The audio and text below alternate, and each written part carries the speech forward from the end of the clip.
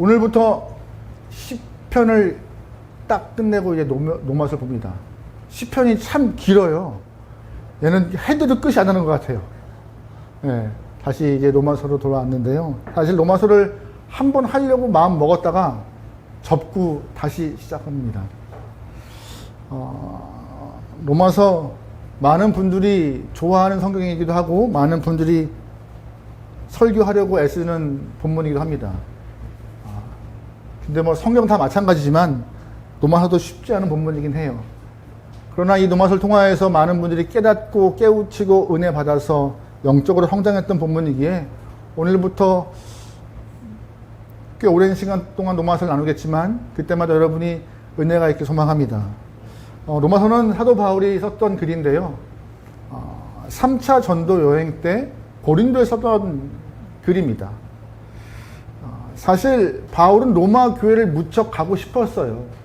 왜냐하면 그 로마 제국 중심부 그 로마에 이미 복음이 전해져 있었고 로마 교회가 세워 있다는 것이 놀라웠어요. 어떻게 그 교회, 그 로마 제국에 로마에 하나님의 복음이 전파되었고 교회가 섰을까 궁금했어요. 가려고 했었죠. 근데 로마로 가려고 했던 바울의 시도가 번번이 막힙니다. 왜 못 가는지 모르겠어요. 번번이 막혀요. 그래서 바울은 내가 먼저 몸으로 가는 것보다 글로서 그들에게 문안하고 인사하는 것이 좋겠다 하면서 글을 쓰기 시작합니다. 곁에 있는 더디오를 불러서 글을 불러줘요. 그리고 더디오가 글을 받았습니다. 로마서를 더디오가 썼는데 충분히 바울이 쓸 수 있었지만 그때 건강상 문제가 있지 않았을까 생각을 해요. 원래 눈 쪽에 문제가 있어서 잘 보지 못하는 상황 가운데 글쓰기가 쉽지 않아 많은 것들을 불러주었고 더디오가 받아서서 여집사 베베가 들고 로마로 가서 이 편지를 전했을 거라 생각합니다. 이 편지가 기독교 역사상 교회 개혁과 부흥을 일으켰던 아주 중요한 문서인데 바로 그게 로마서예요. 편지인데 굉장한 글입니다. 이 로마서는 성경 66권 중에서 좀 특별한 책이기도 해요.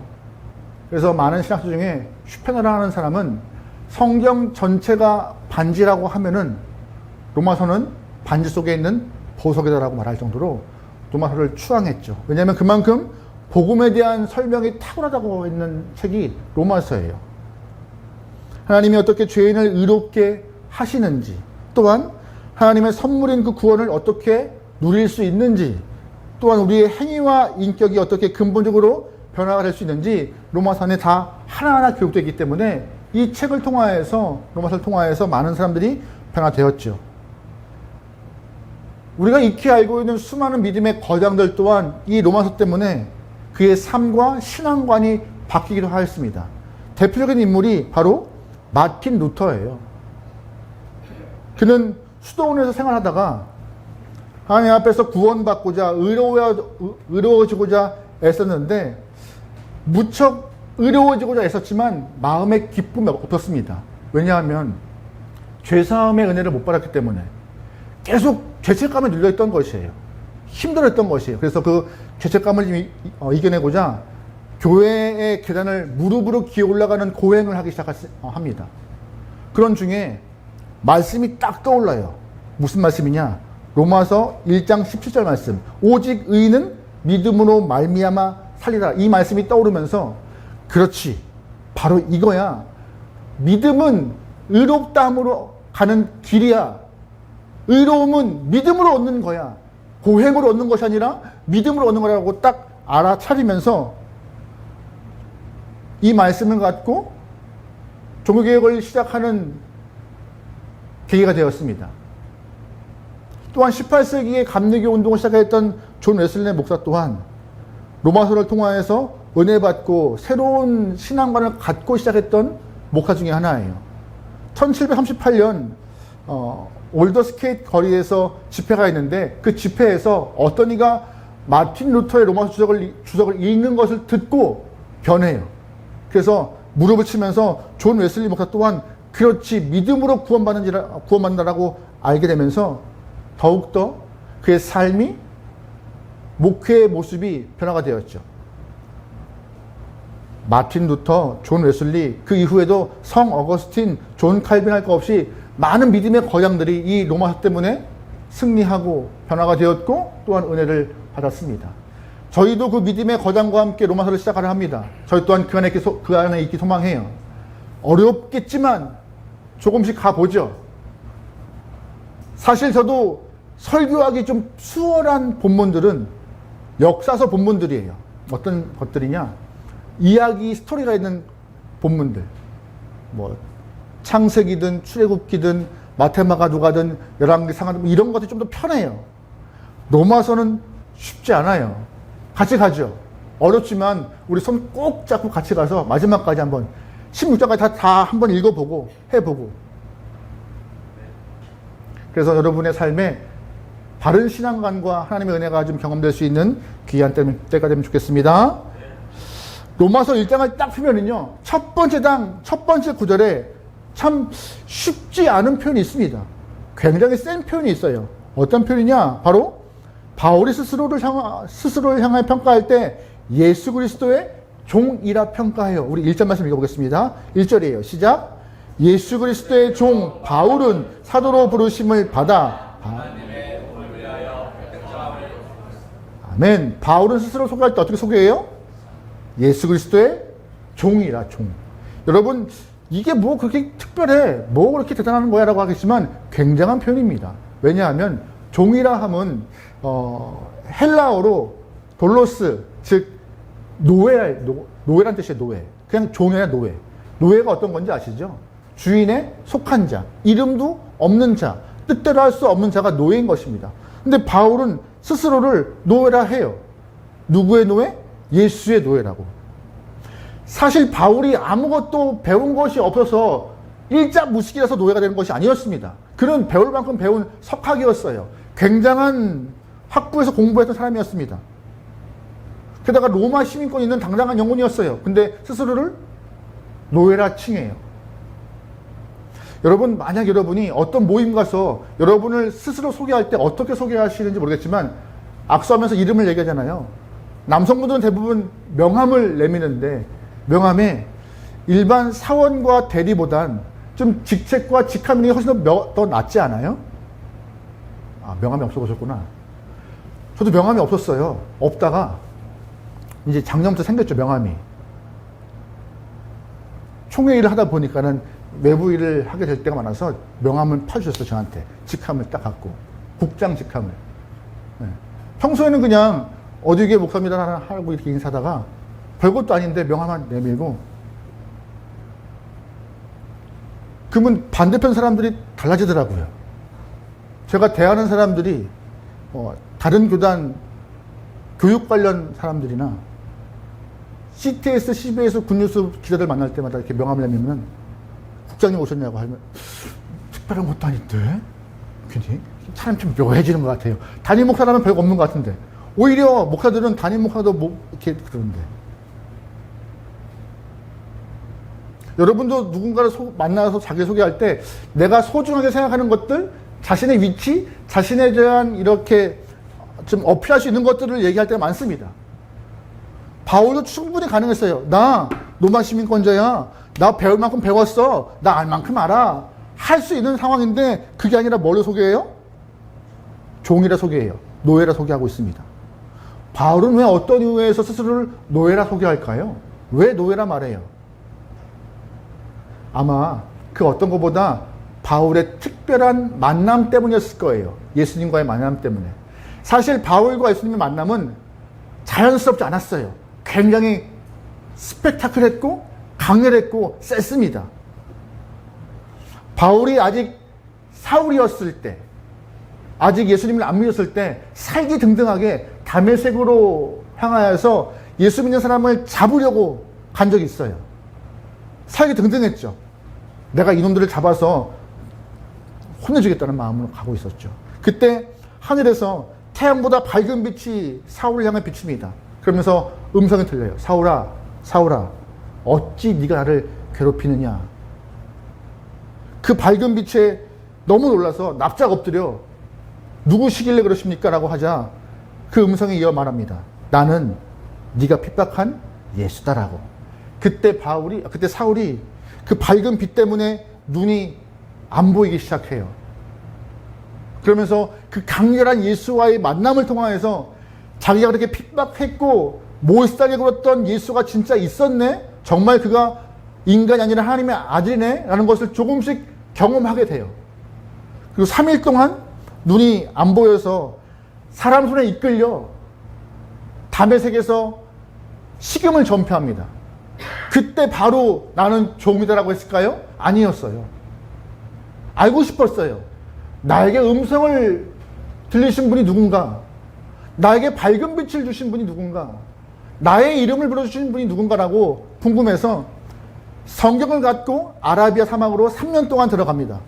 말씀을 보기 시작해요. 살펴요. 그렇게 기다리던 메시아가 정말 나에게 말했던 그분인가? 밝은 빛을 보인 그분인가? 찾기 시작해요. 찾다 보니 이사야에서 예언했던 이새의 줄기에서 난 싹, 바로 그가 예수라는 것을 알게 되었고, 또한 고난받은 종이 십자가를 지신 예수라는 것을 알게 되었고, 또한 썩음 당하지 않은 거룩한 자라고 표현했던 시편의 그 이야기가 부활하신 예수님이라는 부활하신 예수님의 사실을 알게 되면서 강한 믿음을 갖게 됩니다. 그때부터 사울이 바울이 되어서 예수님을 증거하고 선포하며 우리가 기다리는 메시아가 예수라고 확신하는 일이 발생하죠. 말씀을 통하여서 바울은 내가 핍박한 그 예수가 인간이 아니라 진짜 하나님의 아들이며 메시아며 구원자라는 사실을 고백합니다. 그러면서 이렇게 말을 해요. 우리 2절부터 4절 읽어볼게요. 시작. 이 복음은 하나님의 선지자들을 통하여 그의 아들에 관하여 성령의 미리 약속하신 것이라. 그의 아들에 관하여 말하면 주로는 다시의 혈에서 나셨고 성결의 영으로는 죽은 자들 가운데서 부활하사 능력으로 하나님의 아들로 선포되셨으니 곧 우리 주 예수 그리스도시니라. 아멘. 잘 보시면 바울은 본인이 3년 동안 아라비아 사막에서 보았던 말씀에 대한 결론을 함축하여서 말합니다. 복음은 무엇이에요? 4절 끝에 곧 주 예수 그리스도시라. 복음은 우리에게 복된 소식은, 복된 이야기는, 복은 바로 우리가 십자가에 못 박았던 바로 그 예수라고 말하고 있는 것이었어요. 그렇게 초라한 죄수의 모습으로 십자가를 지며 올라갔던 예수가 온 인류가 기다려왔던 구원자 예수라는 사실을 알게 되면서 이 바울은 가슴이 벅차 난 이제부터 종이 되겠다. 난 이제부터 그 예수의 노예로 살겠다라고 고백하면서 오늘의 편지를 쓰기 시작한 것입니다. 여러분 혹시 예수님 때문에 생명 얻어 감격하신 적 있으시죠? 그때 그 어떤 것보다 그 기쁨의 충만함을 통하여서 우리는 온 세상을 다 얻은 것 같았습니다. 바로 그때 바울이 했던 이야기예요. 나는 바로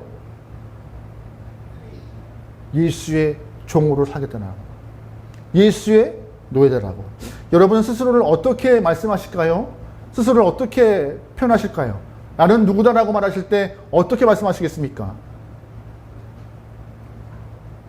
여러분도 오늘 바울과 같이 예수님을 통하여서 강력한 만남이 있고 생명이 있었다면 주 안에서 나는 예수 그리스도의 종이며 그의 노예며 그의 것이다라고 고백할 수 있는 믿음의 반응이 있기 소망합니다. 그것이 하나님이 원하시는 우리의 모습일 것입니다. 그런데 또 하나 오늘 바울은 자신을 예수의 노예, 예수의 종이라는 말 이후로 다르게도 말합니다. 뭐라고요? 사도의 직분을 받은 자라고 말하고 있어요. 1절 말씀에 사도의 부르심을 받은 사람이라고요. 나는 노예이지만 단순히 노예가 아니라 사도로서 직분을 받은 자라고. 우리 5절 말씀 읽어보겠습니다. 5절입니다. 시작. 그로 말미암아 우리가 은혜와 사도의 직분을 받아 그의 이름을 위하여 모든 이방인 중에서 믿어 순종하게 하나니. 아멘. 사도가 뭔지 아세요? 사도라 하면 제자, 보냄을 받은 자입니다. 제자. 사실 바울은요 예수님과 직접 대면한 적이 없습니다. 살아계신 예수님을 만난 적이 없어요. 우리가 일반적으로 제자 하면은요 예수님과 같이 먹고 마시며 직접 배운 사람을 제자라 합니다. 그들을 사도라 해요. 근데 바울은요, 예수님 옆에서 밥을 먹은 적도 없고 이야기를 직접 듣는 적도 없습니다. 그런데 스스로를 사도라 해요. 자칭 사도인 것입니다. 그는 어떠한 확신을 갖고 스스로를 사도라 했을까요? 다른 거 아니에요. 부활하신 주님께서 다메섹으로 가는 과정 가운데 본인을 향하여서 음성을 들려주셨고 말씀하셨기 때문에 사울아 사울아 이름 불러주시면서 자신에게 어떠한 일을 명령하셨기 때문입니다. 그 명령이 뭔지 아세요? 사도행전 26절 말씀인데 같이 볼게요. 시작. 일어나 너의 발로 서라. 내가 내게 나타난 것은 곧 네가 나를 본 일과 장차 내가 내게 나타날 일에 너로 종과 증인을 삼으려 함이니라. 아멘. 내가 너에게 이렇게 등장한 것은 너를 종 삼으려 한 거야. 여러 가지 일들을 증거하는 증인으로 삼을 거야. 라거나 확실한 사명을 허락하기 때문에 사도 바울은 자신을 사도라 부르는 이유가 뭐예요? 나 사명받았어. 나 일이 있어. 나는 그냥 예수님을 사랑하는 걸 넘어서 예수님이 나한테 특별한 사명을 허락하셨어 라고 말했던 것입니다. 여러분, 이 당시에 사도라고 불림받는 것이 좋은 일이었을까요? 이 당시에? 아니에요. 사도 바울이 12명의 제자와 같이 같은 취급을 받기 위해서 스릴을 높이기 위하여 사도라 했을까요? 아니에요. 이 당시에 사도는요, 목숨 내놓는 일입니다. 목숨 걸고 내가 예수님 옆에서 예수의 말씀을 증언하는 자라고 표현하고 있는 것이었어요. 굉장히 위험하지만 아주 당당한 표현이었습니다. 겁내지 않은 표현이었어요. 나는 종이지만 사명받은 자야. 나는 종이지만 하나님이 나를 향하여서 임무와 일을 주셨어. 난 그래서 사도라 부름받기에 충분하라고 그는 말하고 있는 것이죠. 사실 잘 보시면 다메섹으로 가는 과정 가운데 하나님이 이 사울을 그냥 고꾸라뜨리고 죽여도 별 특별한 거 없었습니다. 왜? 예수를 믿는 사람들 잡아다가 감옥에 던지고 스데반이 순교할 때 사울이 가장 앞장선 자였어요. 예수님이 마음먹고 너 이놈의 새끼 한번 혼나보려면서 그냥 꼬꾸라뜨려도 그냥 근데 그렇게 안 하셨어요. 그를 부르시고 사명 허락하셔서 그에게 사도가 됨을, 그에게 맡겨진 일이 있음을 명시하시고 그 일에 대해서 충성할 것을 요구하셨습니다. 그래서 스스로를 말하고 있는 것이죠. 나 사도야. 난 종이야. 명령받은 것을 행해야 되는데 그 명령은 나를 위한 것이 아니라 누굴 위한 것? 하나님과 예수와 복음을 위한 명령이기 때문에 나는 사도의 직함을 받기에 마땅해라고 하는 것입니다. 여러분도 우리도 마찬가지입니다. 예수님 통하여서 생명 얻은 자, 생명이 있었으면 그 생명을 누굴 위해 써야 되느냐, 그 문제가 우리한테는 큰 숙제인 거예요. 그 생명 어디에 쓰시고 있는가 한번 곰곰이 물어보시죠. 나에게.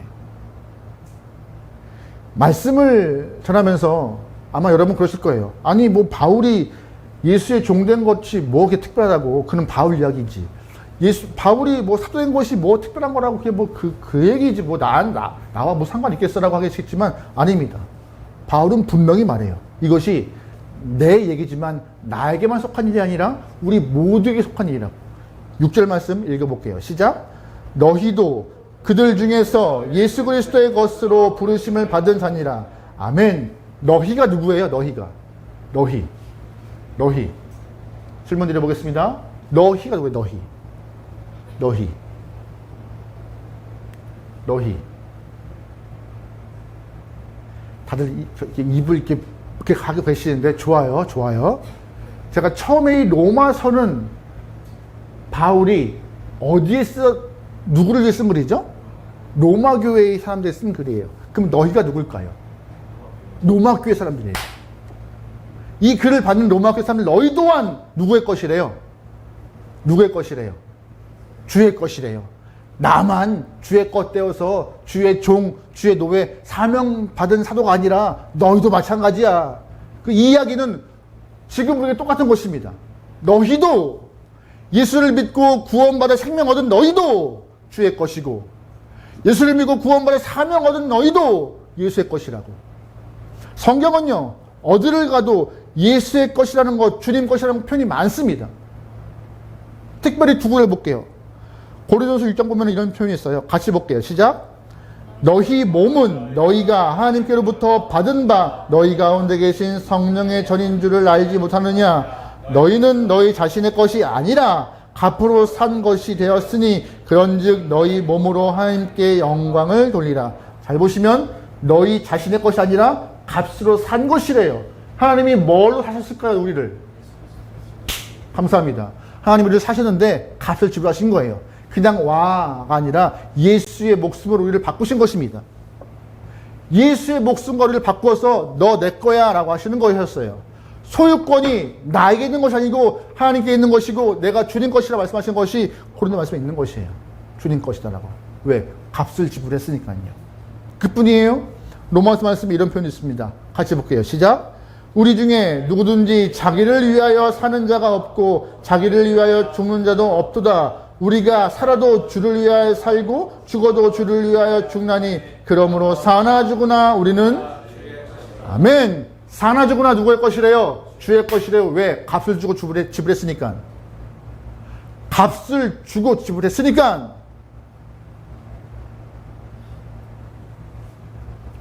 우리의 영혼은요, 하나님이 이미 예수의 생명과 맞바꿔서 하나님 것이라 딱 명하셨습니다. 주님 것이래요. 그래서 사도 바울도 나 주의 종이며 노예며 사명받은 사도라 명하고 있는 것이에요. 이 이야기는 단순히 바울에게만 속한 얘기가 아니라 이 당시에 로마서를 받았던 로마 교회 영혼들만 것이 아니라 우리에게도 같은 말인 것입니다. 너희도 주의 것이다라는 이야기. 혹시 아직까지 바울과 같은 고백이 없다면, 우리 삶에 바울과 같은 경험이 없다면 여러분 바울처럼 말씀을 들고 한번 여러분 아라비아 사막을 들어가시죠. 아, 진짜 가라는 것이 아니에요. 아라비아로 말씀을 들고 들어가서 읽어보시면서 곱씹고 곱씹으면서 십자가의 주님과 부활의 주님을 만나시고 말씀을 통하여서 내가 어떤 존재이며 어떻게 값으로 주님이 어떻게 값으로 샀는지 생명 부여받았는지 알아가실 수 있는 좋은 때가 있길 소망합니다. 바울은 강력한 만남 때문에 자신을 종이라 했던 것이에요. 바울은 예수와의 강한 만남 때문에 스스로에 대한 본 모습을 알게 되었고 은혜를 알게 되었고 주 앞에 나가는 결심하게 된 것입니다. 여러분 예수님 만남이 있었습니까? 만나셔야 해요. 만남이 없다면 만나려고 한번 애걸복걸 해보세요. 요즘에 제가 본의 아니게 가끔씩 이렇게 틱톡이라는 그 어플에 있는 영상들을 볼 때가 있어요. 출근 퇴근하는 길이 좀 읽다 보니 의도치 않게 보게 될 때가 있는데 나오는 영상 중에 하나가 결정사에 대한 이야기였어요. 어떤 건지 아세요? 결혼정보업체에 대한 이야기. 몇 세, 연봉 얼마 이렇게 하면서 자기가 원하는 만남의 남자 조건. 네. 기억에 남는 것이 있는데 40대 중반의 로펌 변호사예요. 근데 싱글이에요. 여성 싱글. 근데 만나고 싶은 남성이 키 180 이상의 연봉이 얼마 다 썼더라고요. 결정사 부장께서 꿈 깨시라고. 꿈 깨시라고. 현실을 모르신다고 막 좀 면박 주는 영상을 봤어요. 에이. 맞아요. 좀 어려울 것 같아요. 그런데 그분도 예수님 만날 수는 있습니다. 예수님은 조건 따지지 않으세요. 부르고 찾으면 안아주세요. 예수님은 지금 우리의 마음을 향해서 문 두드리세요. 문 열어라. 문 열어라. 하면서. 예수님과 만날 때 우리 바울처럼 나 예수님의 그 큰 사랑, 큰 은혜 알게 되었으니까 나도 이제 주님 것입니다. 나 주님 때문에 산 영혼이니 주의 종이며 노예이며 사도라고 말할 수 있을 만큼의 사명을 얻은 자인 줄라고 말할 수 있을 것입니다. 여러분 꼭 만나야 합니다. 만나셔야 해요. 그래서 오늘 바울과 같은 고백의 이야기가 우리의 삶에도 임하게 소망합니다. 그래서 중요한 것은 바울이 예수의 종이 되었다 한 이후에 그의 삶이 그냥 종이라는 고백만 있었을까요? 종으로서의 삶을 살았습니다. 사명을 감당하기 위해서 애썼고 노력했고 힘썼습니다. 우리가 인생을 살아가는 과정 가운데 예수님을 경험하고 만났고 생명 얻고 구원받아 주의 길을 걸어가고 있다면 우리의 삶도 주님 보시기에 아름다운 모습으로 주의 종답게 살아갈 수 있는 귀한 영혼 되면 좋을 것 같아요.